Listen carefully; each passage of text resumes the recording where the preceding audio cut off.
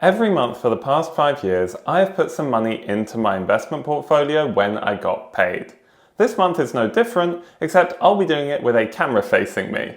So I'll be going through how I invested £750 when I got paid this month, the stocks and funds that I bought, and why I decided to invest in them. This video is something that both myself and my business partner / fiance Andrea will be aiming to post every single month. So if that's the kind of thing you're interested in, then be sure to subscribe to this channel. Before I get into the investments, I want to quickly outline the approach that I take when it comes to investing. I have a long-term view, meaning I aim to invest in companies for at least 3 years, and I try and look for the highest quality businesses out there, with strong, sustainable competitive advantages and clear room for growth in the future.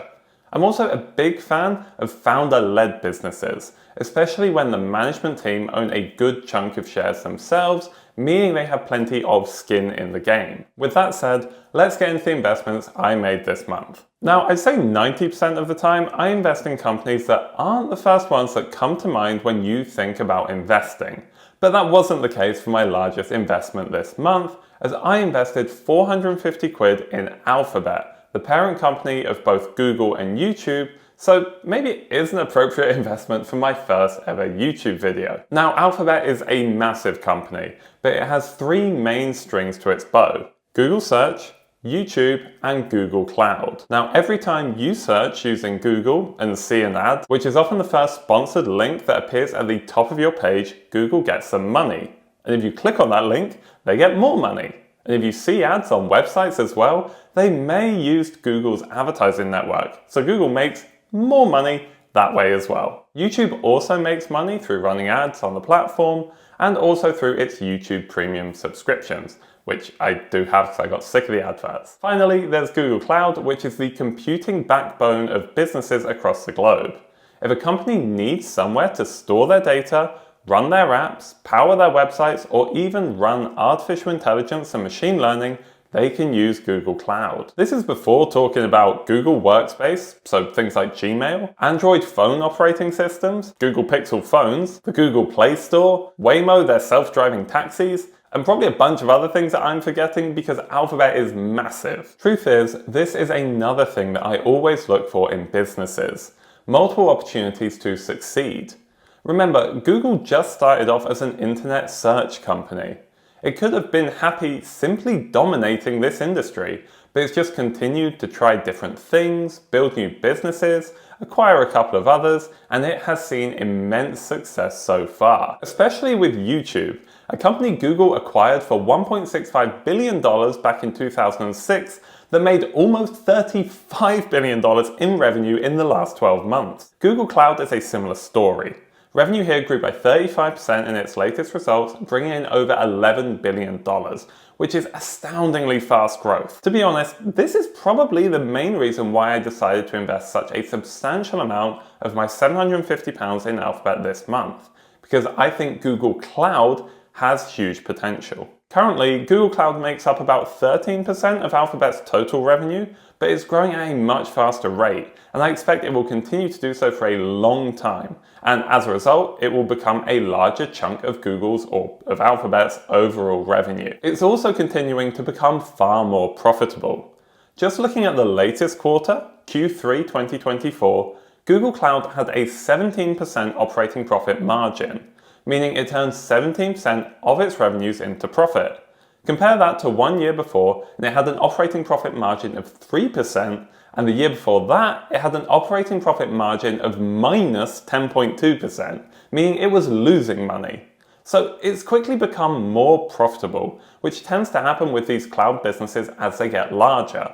For context, Amazon's AWS is the largest cloud business around and has operating profit margins of 38% right now, more than double that of Google Cloud. So not only do I expect Google Cloud to continue growing at a rapid rate, but I expect it to get far more profitable at the same time, and eventually both of those things should have more of an impact on Alphabet's overall results. Honestly, there's a lot more I could talk about when it comes to this investment, but I don't want to take up the entire video, so feel free to pop any questions down in the comments that maybe I haven't covered, which is probably a lot.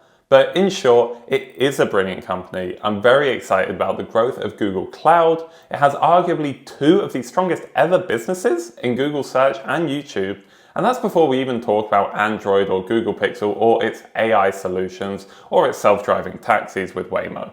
All at a very reasonable share price, which is why I was happy to invest £450 into Alphabet this month. The next investment I made was one that I've started to make a lot more often lately, and that was adding £200 to my global pie. Now, a pie is just a feature on Trading 212 that lets you build your own collection of investments, put them all in one basket, and it lets you invest in the basket rather than going and investing in them individually, kind of like a little DIY fund. Now, my global pie is quite simple. It's just made up of two funds. 92% of the pie is made up of the Invesco FTSE All World ETF, a fund that is made up of thousands of medium and large stocks from all across the globe, giving me instant global diversification. This means I'm not reliant on solely one company or one industry or even one country when it comes to this investment. I'm banking on the global stock market, although it is 60% in the US, which I don't mind. I used to invest solely in this one ETF, which, by the way, ETF stands for Exchange Traded Fund, but I realized that it meant I was only investing in medium and large companies.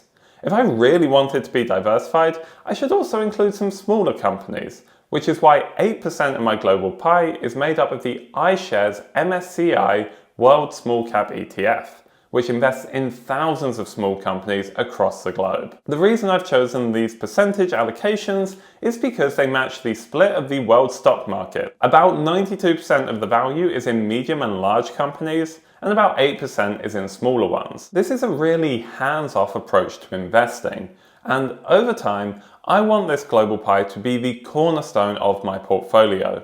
It will give me a bit more flexibility to pay less attention to my investments if, at some point in the future, I don't feel like keeping up with individual stocks.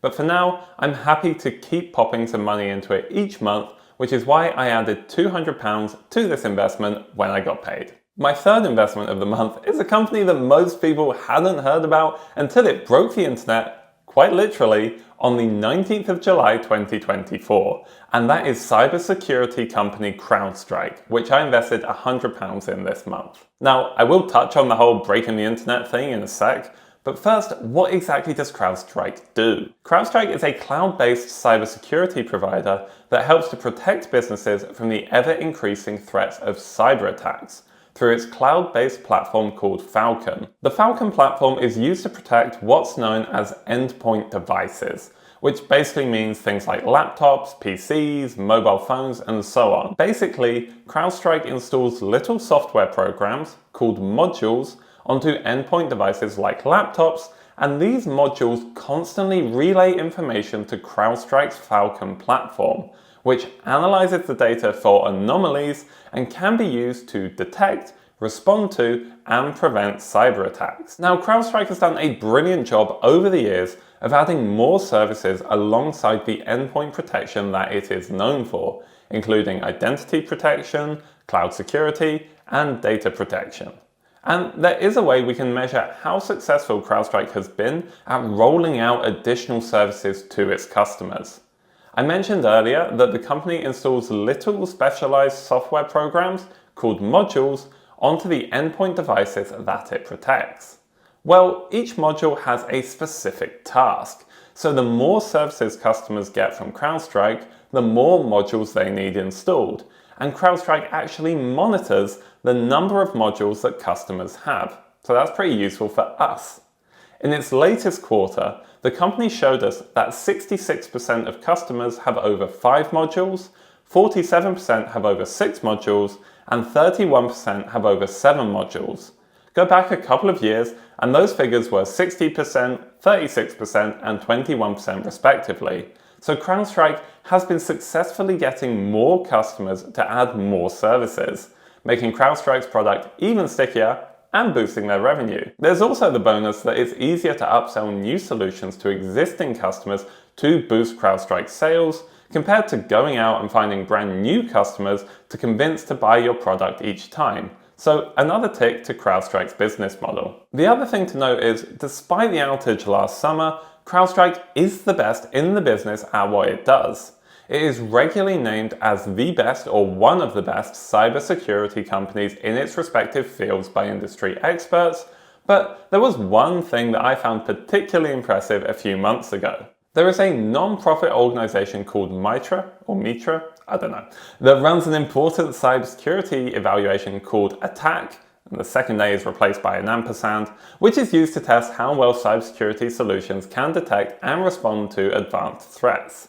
They create simulated attacks to see how effectively different platforms, like CrowdStrike's Falcon, can identify and neutralize cyber threats. In a recent Mitra evaluation, CrowdStrike's Falcon platform had 98% coverage, meaning it successfully detected nearly all simulated threats. What's even more significant is that Falcon detected these threats in an average of 4 minutes, compared to a competitor that took 47 minutes with only 79% coverage. So not only does CrowdStrike have broader detection capabilities, but it is also much faster at identifying potential attacks, which is critical in preventing damage to its customers. To summarize, in CrowdStrike, we have a company that is an industry leader, has a product so deeply embedded in its customers' systems that it makes it very hard to switch. It continues to become more embedded and grow revenue by selling new solutions to its customers.